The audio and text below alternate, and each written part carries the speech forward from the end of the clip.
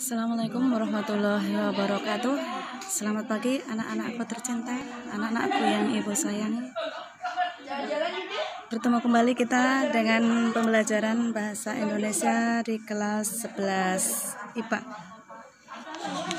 Di pertemuan kedua ini kita akan mulai masuk pada materi kompetensi dasar yang pertama dalam pembelajaran bahasa Indonesia kelas 11 IPA, yaitu pembelajaran tentang teks prosedur. Di dalam teks prosedur itu nanti kita akan mempelajari tentang langkah-langkah mengerjakan, langkah-langkah melakukan, atau langkah-langkah menggunakan peralatan tertentu. Sebelum kita masuk ke dalam pengertian tentang teks prosedur, Ibu akan mulai dulu dari tujuan pembelajaran. Tujuan pembelajaran teks prosedur ini adalah nanti memperkenalkan kepada kalian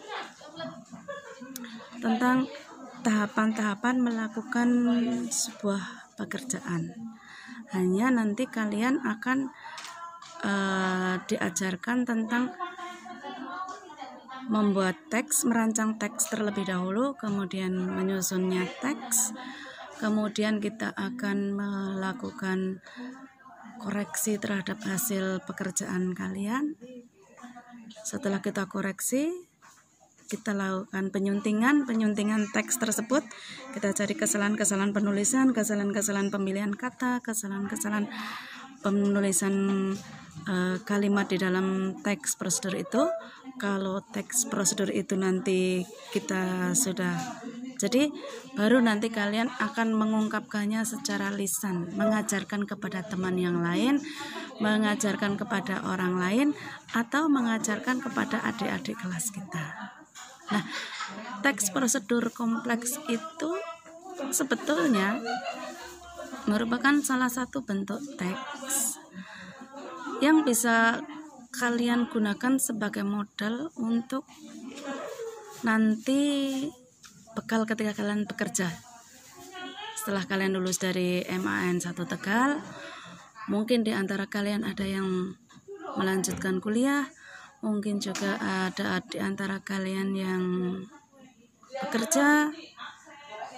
Maka teks prosedur kompleks itu nanti akan banyak sekali manfaatnya ketika kalian menjadi mahasiswa. Misalnya kalian akan melakukan suatu pekerjaan, kegiatan pembelajaran, atau mungkin melakukan sesuatu yang butuh tahapan-tahapan. Tahapan-tahapan itu mungkin kalian dengar sekilas, maka kalian perlu mencerna tahapan-tahapan tersebut untuk mempermudah tahapan-tahapan dalam bekerja atau dalam belajar. Maka nanti kalian mungkin perlu membuat dalam bentuk teks. Nah, teks yang kalian susun yang berisi langkah-langkah kegiatan kalian, teks yang kalian susun berisi tahapan-tahapan pekerjaan atau cara mempergunakan alat, itu disebut sebagai teks prosedur. Atau dalam kehidupan sehari-hari, itu kalian mungkin pernah membeli sebuah peralatan baru, alat elektronik mungkin, gawai mungkin, atau peralatan non elektrik yang lain yang di situ ada disertakan petunjuk cara penggunaan alat. Nah, teks yang berupa petunjuk penggunaan alat itu merupakan salah satu bentuk dari teks prosedur. Kalau kalian pahami urutan penggunaan alat itu, melalui langkah demi langkah. Tidak bisa kita langsung menyetel langsung, misalkan televisi ataupun gawai ataupun kipas angin, setrika, magicom atau yang lain. Kita mungkin tidak langsung bisa mempergunakannya. Atau malah yang sedang tren saat ini mungkin sepeda Ada sepeda listrik, ada sepeda goes biasa, ada sepeda yang lipat atau sepeda manual. Itu ada tahapan-tahapan untuk merangkainya atau tahapan-tahapan untuk mempergunakan sebelum langsung kita pakai. Nah, petunjuk kerja di sana itu termasuk dalam kategori teks prosedur. Selain itu, manfaat teks prosedur selain untuk langkah-langkah mempergunakan alat, siapa tahu di antara kalian nanti mudah-mudahan lulus dari MAN 1 Tegal, kemudian melanjutkan kuliah, setelah kuliah mendapatkan pekerjaan. Nah, di sanalah fungsi dari teks prosedur tersebut. Mungkin ada di antara kalian nanti yang menjadi guru, ada yang menjadi ustadz, ustadzah, ada yang menjadi penyuluh, ada yang menjadi pembina. Syukur-syukur di antara kalian ada yang menjadi dai, menjadi orang yang bisa berdakwah syiar agama Islam, mengajarkan tentang ibadah muamalah di masyarakat, menjadi Pak Kiai dan menjadi Bu Nyai. Amin, amin ya robbal alamin. Nah, di sana kalian akan banyak menggunakan teks prosedur, bisa dalam bentuk lisan, bisa juga dalam bentuk tertulis. Tapi kemungkinan kalian akan lebih banyak menggunakan teks prosedur itu dalam bentuk teks lisan. Kalian akan menggunakan bentuk lisan untuk memberikan pengarahan. Jadi seorang penyuluh misalkan, kalian akan memberikan penyuluhan kepada anggota masyarakat. Kalian jurusan IPA mungkin ada yang menjadi penyuluh kesehatan, penyuluh pertanian, penyuluh industri yang lain, elektronik misalkan. Nah, di sana di bagian humas ataupun bukan bagian humas saja sebetulnya, kalian akan mengarahkan anggota masyarakat atau bisa juga mengarahkan kepada staf-staf kalian untuk memberikan bimbingan kepada masyarakat yang lain. Nah, teks prosedur itu akan kalian manfaatkan. Langkah-langkah kerjanya bagaimana? Langkah-langkah kalian mengarahkan mereka itu bagaimana? Walaupun mungkin kalian nanti tidak membuat dalam bentuk teks tertulis, tetapi kalian akan merancangnya di dalam pikiran kita. Urutan pertamanya apa yang harus saya lakukan pertama kali, setelah itu apa lagi yang harus saya lakukan, nanti pada kegiatan inti saya harus mengerjakan apa, kemudian selama kegiatan itu apa yang harus saya lakukan, sampai mungkin nanti pada kegiatan penutup kalian akan merancangnya di sini di dalam otak kita.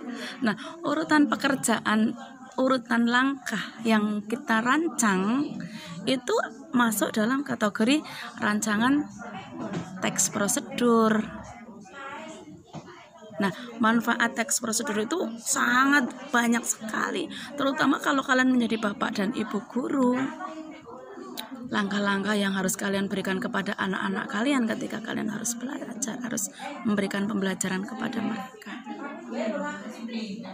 Nah, biasanya anak yang tidak pernah merancang sebuah kegiatan atau anak yang tidak pernah merancang langkah-langkah melakukan sesuatu itu akan mengalami kendala. Apalagi kalau kalian nanti mudah-mudahan kalian semua bisa melanjutkan studi ke jenjang S1, lanjut S2, S3. Di sana banyak sekali penggunaan prosedur-prosedur dalam belajar. Nah, prosedur dalam belajar itu mungkin mulai dari membuat makalah, membuat presentasi makalah, membuat karya tulis ilmiah yang lain, bahkan nanti pada tahap kalian membuat skripsi, tahap kalian membuat tesis atau laporan-laporan penelitian yang lain, kalian akan melalui tahapan-tahapan. Nah, tahapan-tahapan yang sudah kalian rencanakan dan kalian jadwalkan itulah yang disebut dengan prosedur.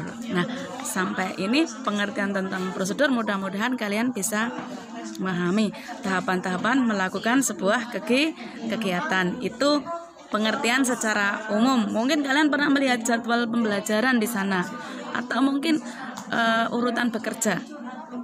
Itu pengertian awal dari teks prosedur, manfaatnya, dan tujuan. Nah, di dalam silabus pembelajaran, di dalam kompetensi dasarnya, di sana juga sudah disebutkan bahwa nanti setelah pembelajaran ini selesai, kompetensi yang ingin dicapai, kalian itu mampu merancang pernyataan umum dan tahapan-tahapan di dalam sebuah teks prosedur, baik nanti yang akan dilakukan secara lisan maupun secara tertulis.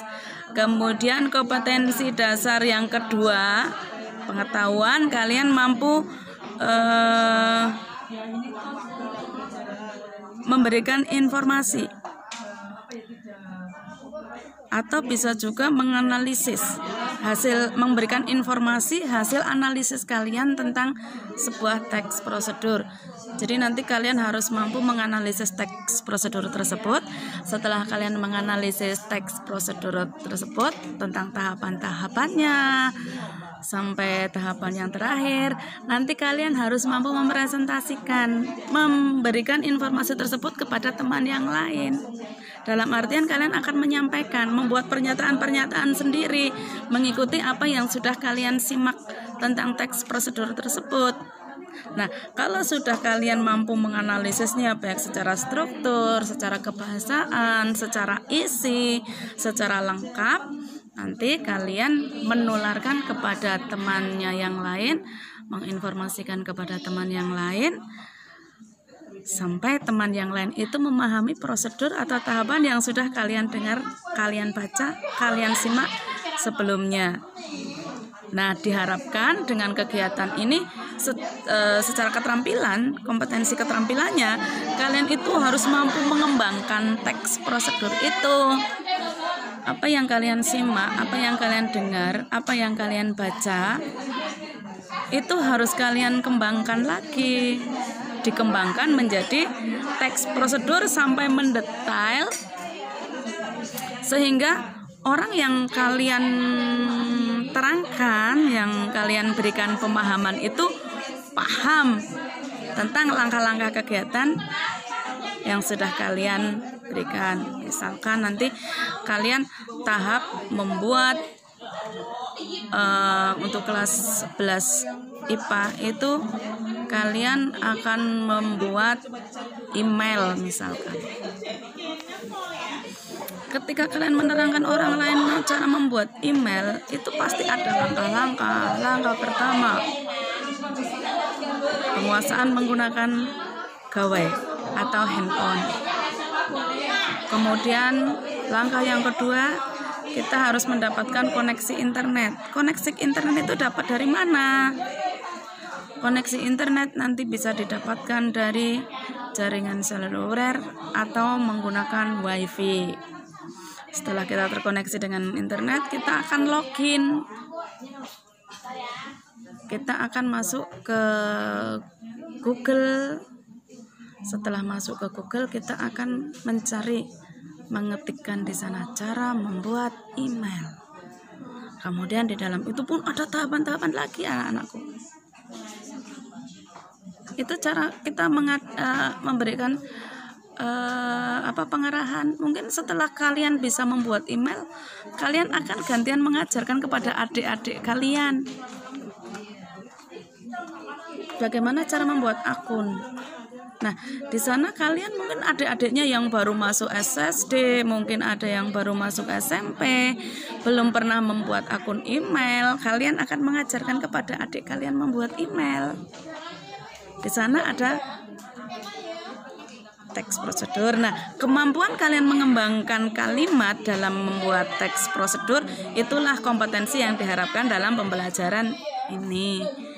Karena nanti kalau kita tidak pernah melakukan atau tidak pernah belajar tentang membuat teks prosedur atau mempresentasikan teks prosedur, ketika kita nanti dewasa dan terjun di tengah masyarakat, kita kesulitan memberikan pengarahan secara terperinci kepada anggota masyarakat. Apalagi nanti jika kita sudah menjadi pelayan masyarakat, kita tidak bisa mengarahkan, tidak bisa memberikan petunjuk kepada orang lain, akan terlihat kualitas diri kita. Yang tidak bisa memberi pengarahan itu si pelayan masyarakat, memberikan petunjuknya tidak lengkap, sehingga masyarakat yang kita layani itu harus bolak-balik ke kita untuk menanyakan lagi, memberikan penjelasan tidak lengkap. Akhirnya mereka harus bolak-balik ke kita untuk menanyakan informasi lanjutan. Itu artinya kita sebagai pelayan masyarakat yang gagal memberikan penyuluhan. Nah, gagalnya kita memberikan penyuluhan atau petunjuk kepada orang lain itu karena kualitas ilmu kita. Kalau ilmu kita bagus, kita memberikan petunjuk secara tuntas, maka kita akan bisa memberikan petunjuk kepada orang lain dengan benar. Orang lain tidak akan kerepotan. Jadi kualitas ilmu kita juga menentukan kualitas diri kita, sehingga akan memberikan kemudahan-kemudahan kepada anggota masyarakat yang lain, sehingga mereka bisa bekerja dengan baik, bisa melakukan tugas-tugas dengan baik, bisa melakukan apa yang kita inginkan dengan baik, dan mereka juga bisa melakukan apa yang mereka inginkan dengan baik. Jadi kecerdasan kita itu juga akan menentukan hasil pekerjaan orang lain. Maka mari anak-anakku tercinta, kita akan belajar. Mungkin kegiatan pembelajaran dengan ceramah seperti ini agak membosankan. Ini sudah 15 menit pertama ya anak-anakku tercinta. Ini 15 menit pertama Ibu berbicara. Nanti setelah ini karena Ibu diberi waktu 1 kali 45 menit, maka setelah pembelajaran ini kita akan melakukan interaksi tanya jawab saja. Sampai syukur-syukur tidak sampai 45 menit kalian sudah memahami tentang ciri-ciri dari teks prosedur. Ciri-cirinya secara tersirat tadi sudah Ibu sampaikan ya nak ya. Ada petunjuk, ada judulnya dulu ya.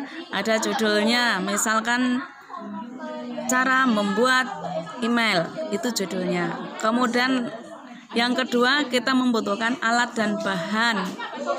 Nah, alat-alat dan bahan itu yang akan kita pergunakan di dalam langkah ketiga. Nah, di urutan yang ketiga setelah ada judul, ada alat dan bahan.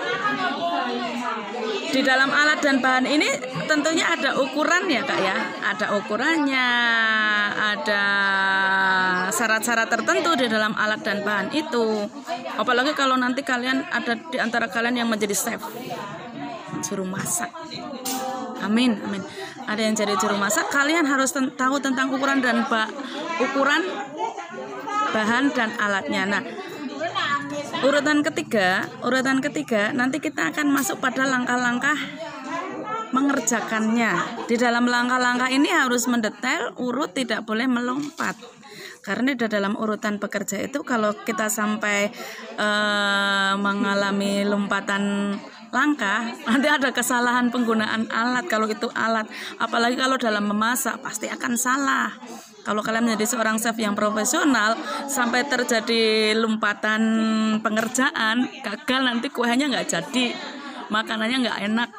Apalagi kalau mengerjakan, ada di antara kalian yang menjadi desain, kok langkah kerjanya tidak pas, maka tidak bisa menghasilkan produk yang tepat.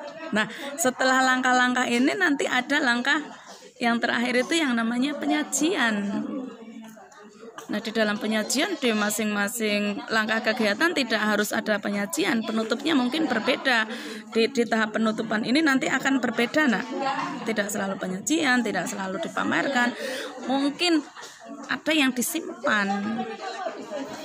Sehingga di sana di dalam teks prosedur itu kalian bisa membuat secara mendetail. Nah, itu langkah-langkah di dalam teks prosedur. Ciri-cirinya ada itu tadi, ada urutan pekerjanya, dan nanti ada disampaikan kepada orang lain.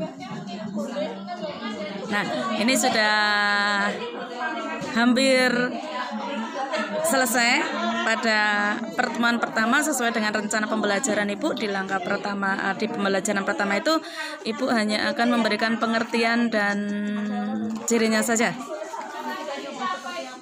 Ibu akhiri sekian dulu. Terima kasih. Nanti kita lanjutkan dengan tanya jawab. Wassalamualaikum warahmatullahi wabarakatuh. Selamat siang.